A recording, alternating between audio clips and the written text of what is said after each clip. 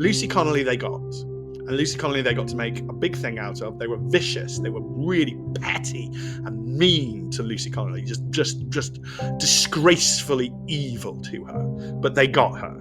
Alison Pearson they came for. They got further, but they got battered back. They lost that. And they had to run away, tail between their legs, battered and bruised. Graham Linehan, this is going to be even quicker, I strongly suspect, and they're going to have to back down immediately. They'll probably have to apologise. And once you've got them there, they're on the ropes, and they can't make an example of us anymore. Hello and welcome to The Current Thing with me, Nick Dixon, and our guest today is writer, broadcaster, and barrister Stephen Barrett. Stephen, thanks so much for doing the show. Not at all. It's an absolute pleasure. Thank you for inviting me. Well, I wanted to get you on with all these legal developments that are happening in the country. But first, quickly, where can people find you in case I paywall the end? I believe you have a Substack. I do. I have a Substack called The Public Gallery. It's for all my stuff, I use S Barrett Bar. So I use that for my Twitter handle. I use it for my Substack. And you can generally find me by, Googling Stephen Barrett Substack. But yeah, I've got a Substack which has free content and paywalled content, and generally just tries to explain the law, because increasingly we are dealing with legal issues and somebody has to explain them in a neutral way. I like to ensure that lawyers are servant, not master. I think far too many of my fellow lawyers try and tell people what they should think and do and how they should be. And I absolutely refuse to do that. I think people should be free, and I'll just do the job of explaining law to them. That sounds very refreshing. Well, speaking of explaining law, one reason I asked you on was I was hoping you could explain this recent case with the closure of the Bell Hotel in Epping. It was quite a well-known case because it was ordered to be shut down, but then the Home Office appealed, and they successfully appealed. And there was this viral video of this Lord Justice Bean and his judgment. And you submitted a complaint to the Judicial Conduct Investigations Office, arguing that Lord Justice Bean should not have heard the Bell Hotel appeal because of apparent conflicts of interest. So could you explain that? Yes, and it's quite important that we focus there on the word conduct, because what we don't want is the regulator to try and squirm out of this and say that the matter was a case management matter. It's not a case management matter. It's a matter of the conduct of the judge. If a judge looks at a case, and we have something called actual bias, so that's where a judge is actually biased in one party's favor. But because justice must be not just done, but seen to be being done, we have a second limb called perceived bias. And that's what I'm saying that the judge should have taken into account. And perceived bias would be, you might be a perfectly honest judge who's not biased in any way, but it turns out later that you heard a case involving a company and you own 25% shares in that company. Now that you might have been completely honest, but that's a bit of a stink. It's a smell test. And the second limb of that is where you're not actually connected to any of the parties directly, but you're so close to them, or there are reasons why you were perceived as a friend to one of the parties. And I think that given it, and I don't lower the bar to just the fact that he was once a member of the Labour Party, although he was a member for 28 years. That I think wouldn't be enough. Judges are allowed past political affiliations. They hang them up on the peg when they become a judge. That's absolutely fine. But in the instance of Lord Justice Bean, it goes far, far deeper than that. He was president and presumably a member of the Fabian Society. The Fabian Society is currently in government, and it has a specific set of priorities for communism via evolution, not revolution, which involves increasing migration. So he's directly connected to these people. And I set out in my complaint a number of reasons. I think I've got either 5 or 6. So I don't want to bore your viewers, but why he's more than just a former Labour Party member. The smell, I think, on this gentleman is particularly telling, and he should not have heard the case. In his defense, I think the problem arose because it was August and most Court of Appeal judges were on holiday. So there was a very small pool of Court of Appeal judges anyway, but I think he was assigned when there weren't that many to do it.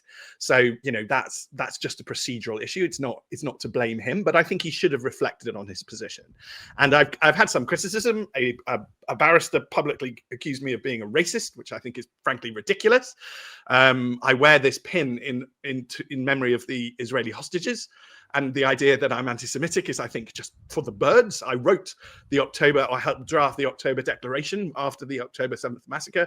And, we've marched in London in support of Jews. This is patently absurd to try and call me anti-Semitic. I'll ignore all the criticism I get from regime think people. There are clearly regime defenders who will just defend the regime, whatever it does, no matter how monstrous. But I'm really glad that I've had praise and comments from people who've served as magistrates. It's really striking that lots of people who have been a magistrate, one for 25 years, have said, Stephen, thank you for doing this. Because a magistrate is a non-lawyer who volunteers to judge his or her local community. They're very important. I'd like to restore them, but they know what honor is, and they know what perceived bias is, and they've got a sense of smell. It's very interesting. The Roman historian Suetonius says that what you need to understand corruption is a sense of smell. And it's a very long-standing sort of human tradition. It's, how do you tell if the ham's gone off? And it's this sort of, is there a smell to this? And I'm afraid Lord Justice Bean reeks and should not have heard that decision. It doesn't matter what the way it went, but the fact that it went in the government's favour, I think, just adds to the clamour. How can the public trust such a judge? And we must restore public trust and confidence in the judges. Yeah, because he was a founding member of Matrix Chambers, which is associated with advocacy of in favour of allowing immigrants to stay, and he was a part of the Society for Labour Lawyers and all these things. So, as well as you say, the Fabian Society. So, I can see why you've raised that concern. Do you think it sort of makes a mockery of, some people have said it makes a mockery of democracy because of the way that the people's local concerns were overruled? And does it also make a kind of mockery of the rule of law in general? I mean, we've had Tories talking about the rule of law, and they still sort of very much believe in it. We had Jacob Rees-Mogg on the Lucy Connolly trial, which maybe we'll get onto. And we had Daniel Hannan saying that he feels like the last law and order conservative in this country.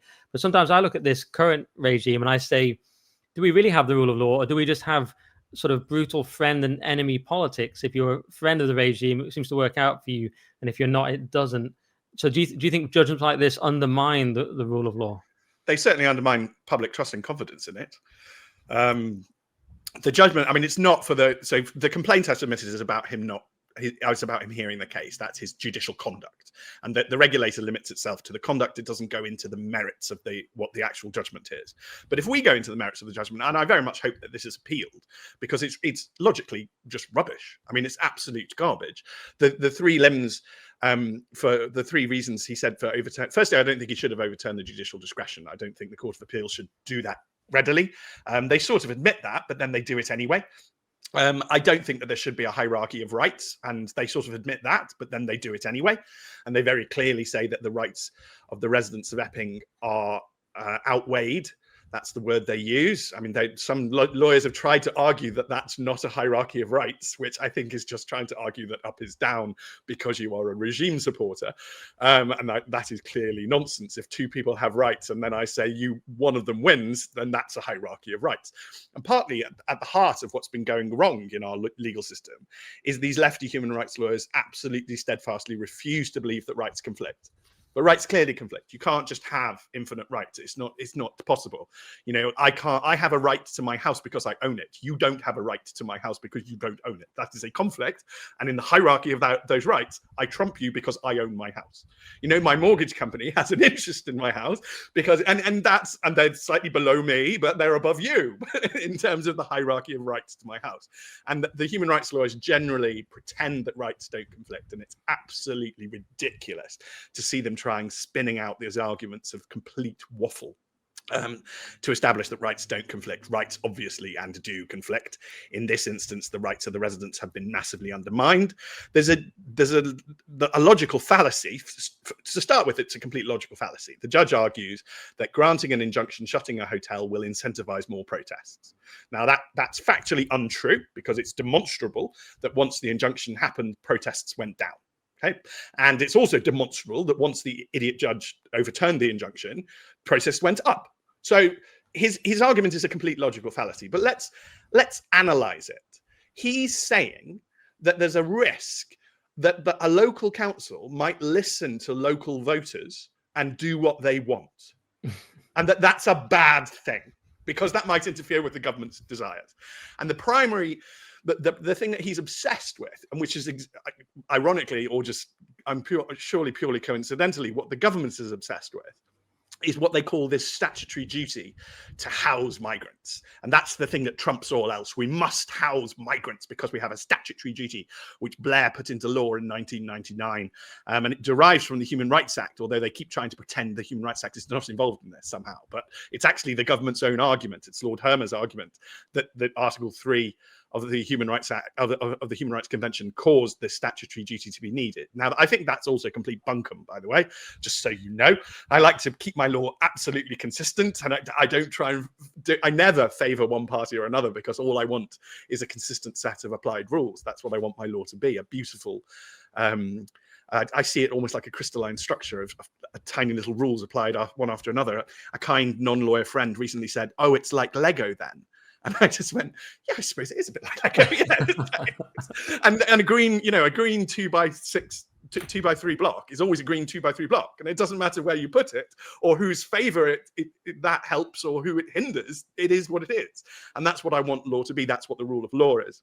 And with all of this nonsense, I think that they are very seriously damaging the rule of law, yes. And I know that Dan Hannan tries desperately to sort of almost justify them, but I don't think it's right. I mean, if I were to meet Dan, I'd say to him that if you are a rule of law conservative in the USSR, your job is not to conserve the USSR. That is not your job. That conservatives get a bit confused by that. And I heard a lovely description by Lord Lilly, who has come out against the Human Rights Act and says we need to leave the ECHR, and he just explained his path beautifully, I think, because if your listeners, and if any of your listeners are conservatives, or if they don't know conservatives and want to understand conservatives a bit better, he said, well, my natural instinct as a conservative was to do nothing. Then my second instinct as a conservative is to do as little as possible to fix the problem. So I thought about maybe we could tweak the edges of the ECHR or do something. Then my next step was to think about, well, okay, if we have to do something big, maybe we could do it by consensus, and we could get all the parties to the convention together to agree to change the treaty and to agree how it worked. And then he said, and then I realized that simply isn't going to happen. And then so I found myself as a natural conservative just concluding we actually just have to leave. There is no solution I can find that is less dramatic than this. And unfortunately, even though he is a natural and innate conservative, he felt the need to do something dramatic, which goes against conservative values. Conservatives are very much like hobbits. They really don't want to do stuff. They don't want to be marching into Mordor. That's not what we're supposed to be doing. Fundamentally, we're supposed to be in the garden with a pint of beer and a picnic and maybe some bunting. That we are not supposed to be fighting monsters in Mordor. But when dark times call on you, I'm afraid you have to step up to the plate. And that's why I also support leaving the ECHR, although nobody has to agree with me just because I'm a lawyer. That is a political opinion, and I always want to make it very clear that that's got nothing to do. If everybody in the country wants to stay in the ECHR, then we stay in the ECHR regardless of my view. My democratic rights are no greater than anybody else's, and we use democracy in this country to solve problems. Well, if that makes sense. Yeah, I definitely want to get onto the ECHR, and it's very interesting, that sort of paradox of being a conservative who's forced to be kind of revolutionary because we're in this post-Blairite era where there's been a kind of revolution. So that's a tricky paradox. But just to stay on the Epping thing for a second, just to be really almost annoyingly fair, the outweighed thing, was there an argument there that his argument was presumably, from what I remember, that it was to do with the safety? You suddenly close this hotel and you've got all these people roaming around, and where are they going to go? And they'll be homeless, and that'll be worse. So when he says outweighed, is there a chance he didn't mean two-tier right? He just meant in this temporary chaotic situation? Well, that's the justification for why they outweigh. So you're still not arguing. Nobody's actually come up with an argument for why this isn't outweighing. It clearly is outweighing. Right. And we all just need to grow up and admit that. He thinks the reason that the migrants' rights outweigh the rights of the residents is because it will inconvenience the government. It might cause further protests, which I think is just demonstrably rubbish. It will put a strain on what they all call the migrant estate. And it will inconvenience the migrants if they had to leave their hotel and then actually they won their trial and they could stay at their hotel. Now, that last one is also completely fallacious nonsense because they're illegal migrants and we put them in the hotels. They don't get to sit and, form roots, and they're not supposed to be out in the community, becoming residents of Epping. They're supposed to be temporarily housed. But of course, the reason that the planning case is so strong for the district council is that they're not temporarily housed. We all know this.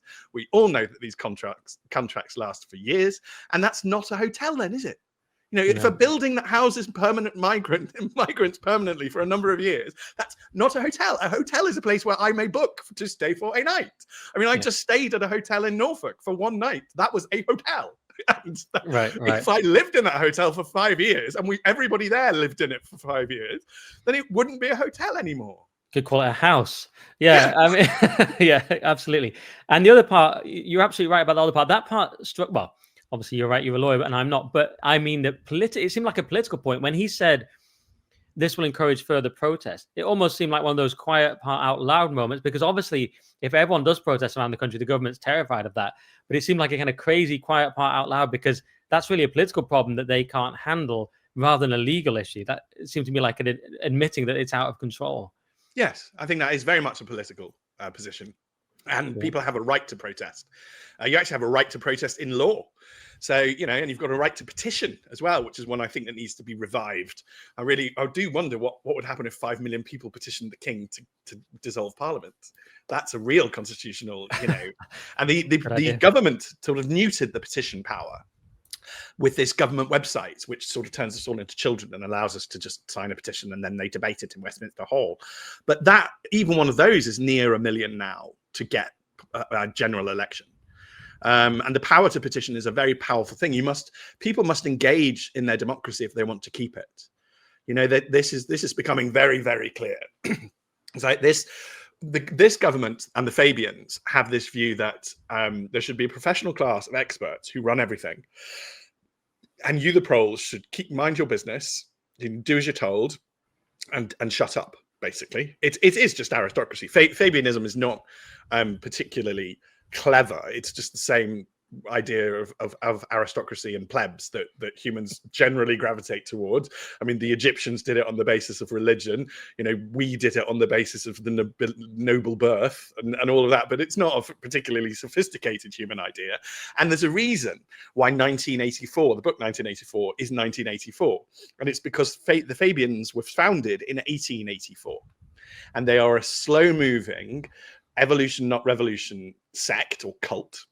And it was George Orwell's fear that by 1984 they would have succeeded, and that's what they would have created, this completely oppressive Stasi state where judges, say complete gibberish as long as it upholds the party line. The most important thing is the party, not you. We're not individuals anymore. We're little meat units. That's why we can be killed. That's why we can be aborted up till birth. We're not relevant. The only thing that is relevant is the party and your loyalty to it. And the thing that I object to is not only that that's an evil society and really awful society to live in, but it's so intellectually dull.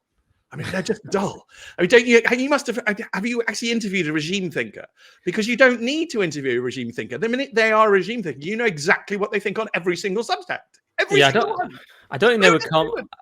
They probably wouldn't come on, but Starmer is in many ways the ultimate regime figure, isn't he? You just absolutely everything by the book, but by this strange book, like you said, this strange Fabian book, and of course their emblem is famously a wolf in sheep's clothing, which seemed a bit on the nose. I think they changed it to a tortoise after that, but it's quite extraordinary, and they're all in it, as you say, and they just believe in this very strange, dull progression of the rule of law, which really means a sort of stealth left-wing revolution gradually. Very disturbing stuff.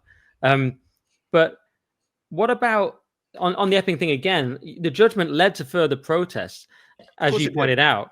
Yeah. And then what was your view on how those were policed? We particularly saw Sarah White, she was arrested, it seemed, and people were saying it's because she had a Union Jack. But then the police said, no, it's because she was protesting outside the area of the protest, as in like a few steps to the side, up some steps. What did you make of that? Well, it's just gibberish, isn't it? And the Fabians just lie. They seem to have no shame in lying. So, I mean, Andrew Neil has pointed out that the Prime Minister lies constantly. Not once, not twice, constantly. And we're just having to deal with these people who will just, and it worked for a little bit. I think for sort of 20, 30 years it worked, because most of us are decent people. And we sort of went, oh, okay, you didn't arrest her for having the flag. It was for something else. But now we're all awake and we're all aware, and we're, things have happened. With this chief constable, by the way, needs to be sacked. And actually, we should all be calling out the police and crime commissioner, who's a conservative police and crime commissioner, who isn't sacking him. And that is shocking. He should have been sacked for the Alison Pearson debacle alone. That is perfectly good reason to sack a chief constable.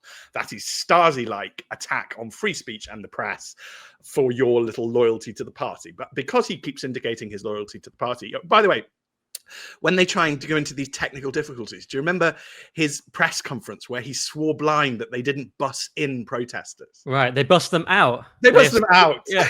And they escorted them in. That makes no difference in substance at all, you complete wally. And we're just going to have to call these people out. We're going to have to laugh at them. I think we're going to have to absolutely call them out. And I think we're going to go back to demotic Anglo-Saxon words, I'm afraid. I probably shouldn't say on your podcast, I don't want to get it an adult rating, but we are going to have to start using, there's a B word, which means something that means that is completely untrue and I do not believe you, in a very succinct phrase. And I think we're going to need all of these ones back. And I think we as a country are particularly good at fighting this type of tyranny, because although we are hobbits, we will march into Mordor one day. We just will, if you push us enough. And I call it, how many times can you hit a man in Waitrose with your trolley before you die? Okay. The first time you hit him with your trolley, he will say sorry. He does not mean sorry. The next time he will cough. Then there might be a tut. Then he may go deathly quiet and stand very still. That's when you're in most danger, And I always say that these people just need to read more Kipling, because Kipling, who's often, or was in my day, often cited as one of the nation's favorite poets, but he's got some lots of marvelous poetry on understanding the English, how the English came to hate, and the wise words of the Norman lord about, if the Saxon looks you, stands very still and looks you straight in the eye and says, that ain't right, now you're in trouble. You're in massive trouble. Danger Will Robinson territory. And we're getting there with this government, because they are absolutely, absolutely disgraceful. Yeah, I think about that Kipling verse quite a lot. The one about the arrears to date. That's one I think about. It was anyway, the one. It's the, in that poem you just quoted, the beginnings. But yeah, he talks about how long it takes the English to be roused to anger, but then they actually do. Oh yeah, it was not part of their blood. It came to them very late, with long arrears to make good when the English began to hate. That's what I always think of. But what will that look like? Because some people have started to think that the regime is almost trying to push us towards civil unrest. Now, I don't know how that works on an individual level. Is it just what Dominic Cummings calls the pathological system? Why do you think they're doing all these things that seem so obviously inflammatory? Because they're idiots. I think Fabianism is largely a cult of particularly dim people who desperately want to have people believe that they're clever. I mean, the logic that Lord Justice Bean used is complete nonsense. I've compared him in public to a man called Lord Keith of Kinkell, who I don't expect any of your listeners or reviewers to know of, but within the legal profession, he's widely viewed as the worst judge ever. And that's because he was thick. Okay, that's just the idea that he's absolutely, absolutely dim. And by convention, we always get a law lord from Scotland. And because Scotland's a really tiny population, that's really rolling the dice. So if we're lucky, we get a fantastically brilliant legal mind, which we've had in a chap called Lord Roger. We've got now in Lord Reid, who's the president of the Supreme Court. But you can also roll the dice badly with Scotland, and Lord Keith of Kinkell is what you get when the dice just are not in your favour and you get a complete moron. And I think a lot of these Fabians, I talked to one who was a barrister and is now an MP, parachuted into a safe seat in the north, who presumably now all hate him, and he's not going to, there's no hope in hell of a second term. But I once talked to him and said, why don't you do more law? You could explain more law in public. And he said, oh, law's too hard. Politics is much easier. And it's like, well, you were a lawyer. So if you think law is really hard, why do you do it? And I like law, and they will come at me and they use all these stupid arguments like, oh, you're not technically specialized in this tiny area of law, so you can't comment on it. It's like, yes, I can. Of course I can. It's just law. I once taught myself electricity law in a day so that I could do a Twitter thread on it, and then promptly forgot it all because I don't need to keep that in my head. Thank you very much. But it's not very hard, is it? You go and look at the basic stuff. You go and look at the acts and the case law, and then you can learn that area of law. That is what lawyers should do. As I say, proper law are these well-constructed palaces of Lego that, you know, where each little rule is consistently applied and put on top of each other, and you build structures out of it. The problem with all this human rights garbage is that they just go back to absolute core principles, which they can just make gibberish of, which is why you end up with really, really stupid judgments based on human rights. And really, really stupid judgments from the Court of Appeal on Epping, where basically they're turning this statutory duty to house migrants into a sort of article of faith. And it's not, it's just a statute. No statute trumps another. And we can get rid of all of this. I think I don't comment on civil unrest because I don't think hobbits generally go for it. The English don't have a history of it. It's not our way. But I think we might start to get things like the Jarrow March again. And I think we might start to see, you know, what if 100 mums in pink from Epping marched from Epping to London with cake? What are the police officers going to do? What are you going to do, officers? Are you going to baton charge them? Are you going to pepper? I mean, they pepper sprayed a granny at the weekend, but how many officers do we really have, serving police officers, who would pepper spray a granny? Because I reckon 9 out of 10 police officers would not ever pepper spray a granny. You know, and this is the weakness of the Fabians. They're like this sort of, they are a corruption, but they only thrive when we're not looking at them. The minute we notice them, it's like, hey, you weirdos in the corner, what are you up to? You know, they did. And there's only, the LSE did a study on this type of mindset, and there's only sort of 9 to 10% of the population who will even go along with it. Most of us will just go, nah, that's nonsense. Nah, mate, you know. And it doesn't matter what political affiliation you are. The old left are as good an ally against the Fabians as anybody. And I've got many friends on the left. And I like to point out, they call themselves Blue Labour, but they're just normal people. They're not weirdo Fabians who are willing to believe cultish nonsense to get ahead. And that's effectively what they're doing. The weakness of the Fabians and the weakness of all of this is that because they're a cult, they have non-merit-based recruitment. And we used to have non-merit-based recruitment in the British Army because we just used to let the sons of nobility become generals. And then we discovered we were losing loads of wars and loads of people were dying. And we went, yeah, this is a really stupid idea. And so we had to get merit-based recruitment. And the first place it started was the army, because the army matters. If your army doesn't work, you really are, you know, you're not going to last long as a nation. So they've got non-merit-based recruitment, and you're literally placed in by your loyalty to the party. Well, that's going to lead to a bunch of talentless, useless morons being in charge of things that matter, like the Chancellor. So, you know, it's just, and what has the Chancellor done? Crashed the economy, destroyed it. And it doesn't even matter if it was a cunning Fabian trick, because I actually think half the time the Fabians stuff just happens to them, and then they go, "Ha, we planned that." It's like, yeah, you utter divs. I don't believe you. But yes, so I think we're heading for dark times. I think we, the British, are uniquely placed to get out of it. I think the English are particularly soft. We traditionally look to the Northern Irish and the Scots to get a bit punchy if need be. If we don't have them, we've always got the Northeast. But we in the South tend to be a bit more Hobbit-like. You know, all of these characters, Tolkien, the dwarves, the elves, the hobbits, the men, they're all in England. He's talking about us as a people. And there's a reason why C.S. Lewis makes the wolves the secret police of the White Queen in the Narnia books.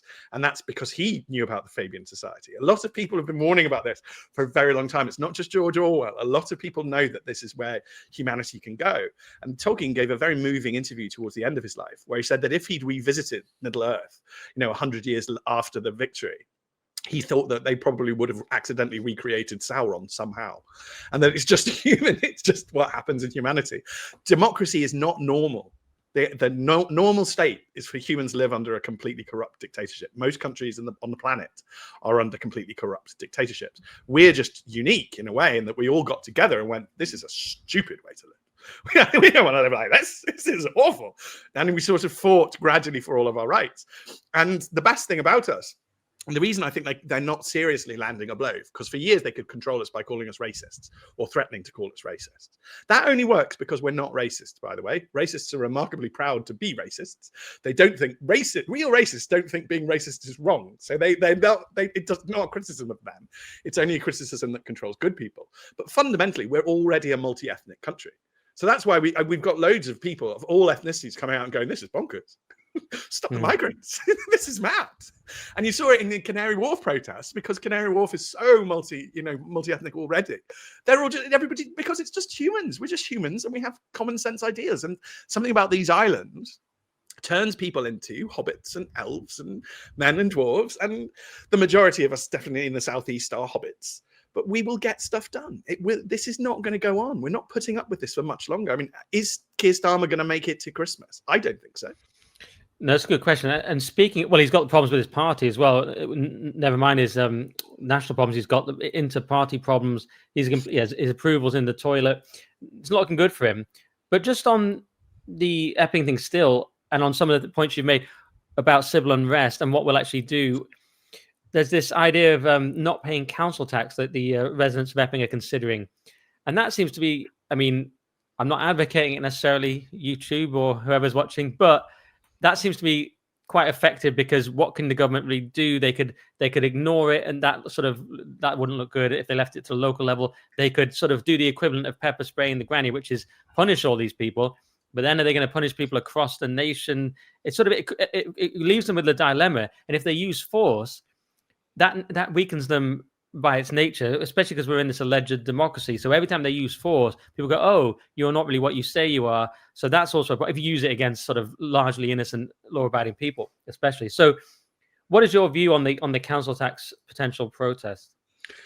Well, I can't endorse or encourage any unlawful activity. But I think there's a simple truth, which the Fabians are too dim to have understood, which is that there are more of us than them. And they can't police us all. They only police us with consent. They don't have the prison space to police us all. And a lot of us are getting very angry. They are, I think, deliberately targeting what they see as weak or high-profile targets. So I think we might get on to Graham Linehan, and I think they see him as make an example of him, and then the rest of them will fall into line. It's no different, by the way, from the ideals of the Emperor in Star Wars. The Death Star will keep systems in line. The Death Star is one of the stupidest political ideas. But leave aside the film and all the rest of it. That you will control your population by randomly mass murdering parts of it. And Aldron's a particularly productive planet. So you've just lost a lot of tax revenue right there, mate. How are you going to pay for the next Death Star? So these things really are just complete nonsense. And I think ultimately the reality that there are more of us than them will come through. I think the police will start to rebel against their overlords, particularly when they realize that as soon as this government changes, a lot of those overlords are going. I mean, the Chief Constable of Essex may well survive as long as the Fabians are in power. I don't think he's got a day in the job afterwards. I really don't. And I think the Chief Constables of Sussex Police, the Metropolitan Police, and various others, Leeds, West Yorkshire, will not have a day in office after a change of government. And we're going to change government. And people will start to see that as inevitable. You get a lot of people being sort of very scared and saying, oh, they'll never allow a general election. But we will force one. And ultimately, a man who wants peace must prepare for war. So we will march slowly and slowly and slower towards, an outcome. I don't believe we'll ever have a civil war in this country. I know there are soundheads who do, but I don't believe we will, because ultimately I think that their power will just evaporate. You got this with certain Roman emperors. People tolerated Nero up to a point, and then everybody just went, no. And all of a sudden, from being the emperor of Rome, able to command legions and, with guards and parties and palaces, he's literally just running around the streets of Rome trying to find somewhere to hide without a penny to his name. And then he kills himself because he's got no way out. And ultimately, this is thus to tyrants. And our nation will not tolerate tyrants. And they're also pathetically weak. I mean, Starmer is a pathetically weak tyrant, and he's backed up by his attorney general, who literally, as far as I'm concerned, has little man syndrome, and is just determined to sort of punish people and attack them, and is just very petty and venal. And these are all the types of people that British people fundamentally dislike. We don't like the traffic warden who keeps giving tickets to, you know, people who are frankly quite nice and don't deserve it, even if that's technically what the rules say. We're not a papers please society, and we never will be. And when people bang on about the rule of law, I like to point out that, so I can define it in 11 words. I don't know if you want the definition, but I can. Yeah. Okay. Clear rules, known in advance, enforced equally, without fear or favor. 11 words. And the most important word there for our purposes is equally. So enforced, yes, but enforced equally. Enforced, if you like, fairly. Not enforced 100% of the time. The British people get very annoyed if you enforce rules 100% of the time. Do you remember when, after the pandemic, people started queuing in pubs because they were like, oh, they're so kowtowed that they have to follow rules all the time. They have to know what was the rule, and I have to follow it. And by the way, I'm not criticizing anybody. That was me during the pandemic. I was awful. I was ridiculously rule compliant. I regret following. I didn't break a single rule. I was like, I must turn around, and we were all a bit like that. And then after the pandemic, this manifested in queuing in pubs, and then a bunch of us, a whole lot of us, just went, screw this, and just ignored the queue and went right to the bar and got served. And all of a sudden, queuing in pubs ends again because it was a stupid system and we don't want it. I mean, somebody like the Germans are very, very rule compliant. The English are, we like rules, we like to follow rules, we like to be honourable, and our sense of honour is probably stronger than our sense of rules. I don't think our sense of honour derives from rules. You know, I have a sense of honor because of what I consider to be chivalric, what I consider to be the job of a man, the job of a gentleman, you know, and this is a way that we should behave. And what the rules say doesn't really inform that view. And I think for most of us, what the rules say doesn't really inform that view. And that's a really good and healthy thing, because at the moment, our rules are completely broken because there's bucket loads of them that nobody even knows what they are. Or even when there are rules or purport to be rules, somebody like Ofcom have watered them down so they don't mean anything. I mean, I was literally on another podcaster and he was able to get up the rules on the screen. So we just went through. And I just point out, what does that mean? It doesn't mean anything. You know, an orange shall be an orange except when it isn't. Right, that's a really helpful rule. Thanks, mate. So this is an orange, is it? Or is it not an orange? Is it an orange or not an orange? It's like, complete gibberish. And that's what we're living through. Mm-hmm. Yeah, well, Ofcom, clearly nonsense. And this is a rule-breaking podcast. I never wore the mask or had the vax, obviously, but won't judge you if you did. But we'll get on to Graham Linehan, definitely. But I'm just too curious to ask first, when you talk about how this will end and we don't like this kind of government, couple of things. What is actually going to come next? Because I've seen a lot of posts saying we have one last chance in 2029. It's funny you mentioned the Death Star. I was thinking about the Death Star, thinking, well, if we do have this regime, would they really build in this thermal exhaust where it's just weak and can be destroyed? So maybe they won't allow it. And then what I started thinking was, well, of course they'll allow an election, but what they'll give us is reform. And reform are really a kind of part of the same thing, or are they? And that's what I might ask you, because we are sort of run by the kind of people you're describing are really the apotheosis of Machiavelli's fox. They are the sort of manipulative type of politician versus the lion who just gets things done and uses force. And I feel like if we had a real lion at this point, they would take over and get things done that we need, because we've had so much of this fox-like politics in the Blairite era. But my question is, sorry, that's a little bit of rambling, but my question is, how will we get this change? Will it be reform, UK? And will they really represent a real change, or will they be more of the same? What's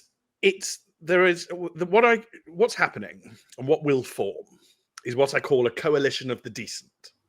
So remember, I talked about my good friends on the old traditional left. They will be with the decent, and then the conservatives will be the genuine conservatives will be with the decent. Though I'm afraid there are Fabian conservatives, as far as I'm concerned. So we have to admit that, and we do have to admit that the Uniparty is not a conspiracy theory. It's not a conspiracy theory if it's a conspiracy fact. You know, and there will be might even be a decent Lib Dem. Goodness knows, somebody with morals and honor in the Green Party. It could happen. And we will form this coalition of the decent. I think that reform will be forced as a vehicle to be that fixing force, to be that lion. I actually have a lot more faith in Nigel than I think a lot of people do. I think what he's doing is following the Overton window and staying with it so that they can't label him far right. So I think if say the government changes in 2029, and I think there's a very serious chance it will change before then. So just last week, I spoke to my first respectable person whose job it is to prepare for general elections. I won't tell you in what capacity or who they are, but they were saying, yeah, we've changed it so that we are working on the basis of a possible 26 election. Right. I'm aware of another very respectable force in British politics who has to prepare for elections that is preparing for 2027.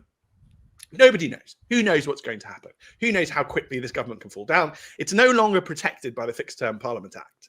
So it has to. The only protection is that Parliament will dissolve 5 years after it was constituted. So he can't keep Parliament going. It's going to dissolve in law unless he changes the law, but we'll all notice this.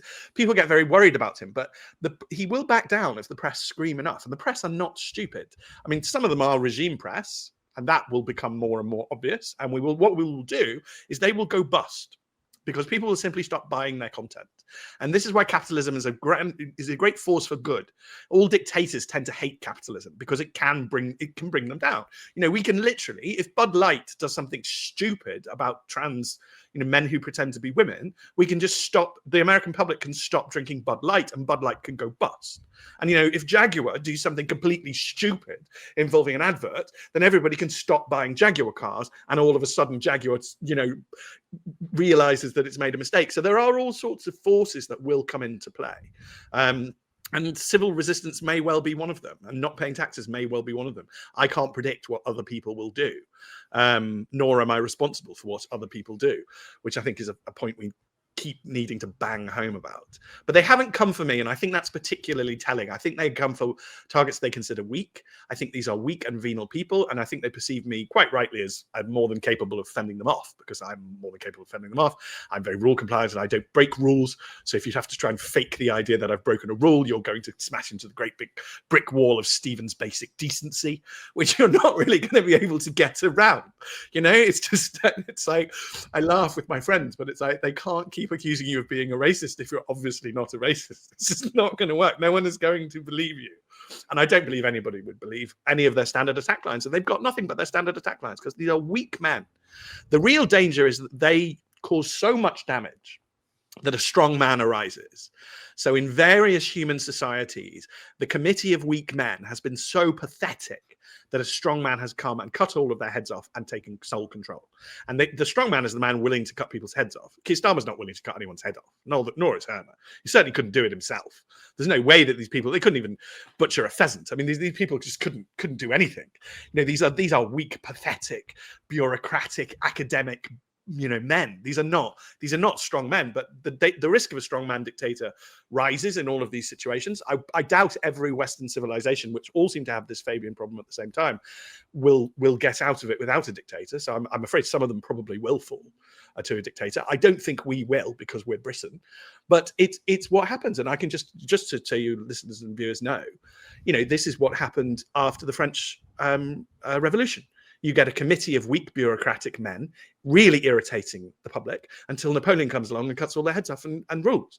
After the Russian Revolution, you get a committee of pathetically weak men ruining the country.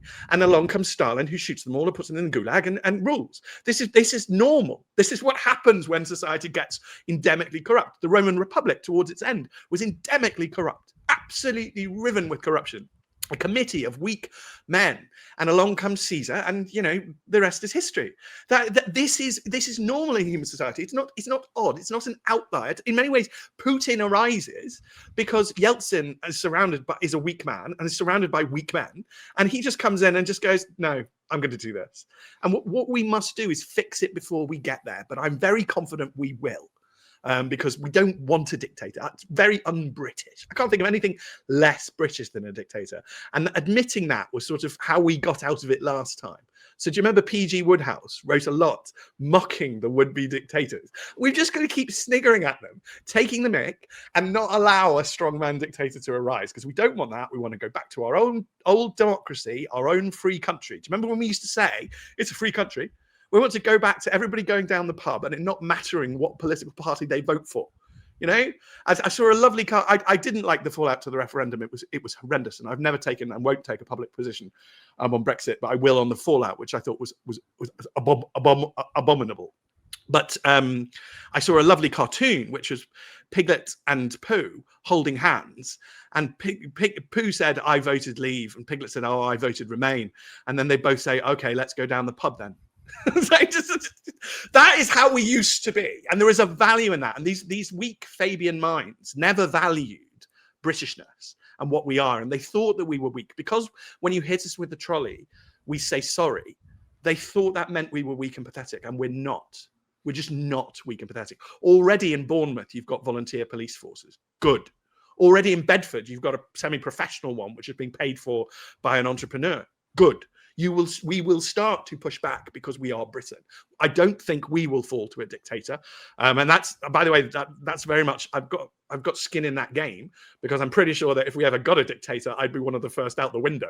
So, you know, oh no, can't have a dictator. It looks better to me. But I do think we, the British, will start to rise. I think it's happening already. Well, that's quite positive. I mean, and it's very interesting about the election coming sooner. Because I keep teasing it and I'll get ridiculous, we better address this Graham Linehan thing, because it's happened today as we record.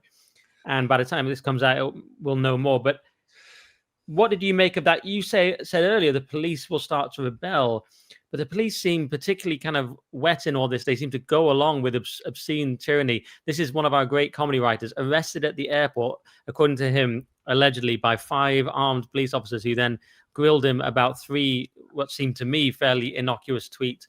So what was your take on that, and what are we allowed to say, because it's an ongoing case, I suppose? So the weak men will try and immediately silence you and say that you can't say things, you might prejudice the trial, which is complete bunkum if you're talking about a man being not guilty. All right, that is the end of the free episode. But if you want the full podcast, go to nickdixon.net for all the extra content, all my articles. That is my Substack, nickdixon.net. And we need your help to keep this whole thing going, keep the lights on, this amazing production, hiring people, etc. nickdixon.net to support us. It's £5 a month, which is about the cost of some sort of fancy latte in London, or as a slight discount if you get the yearly option, or it's just £5 a month. So we'll see you on nickdixon.net, and thank you very much.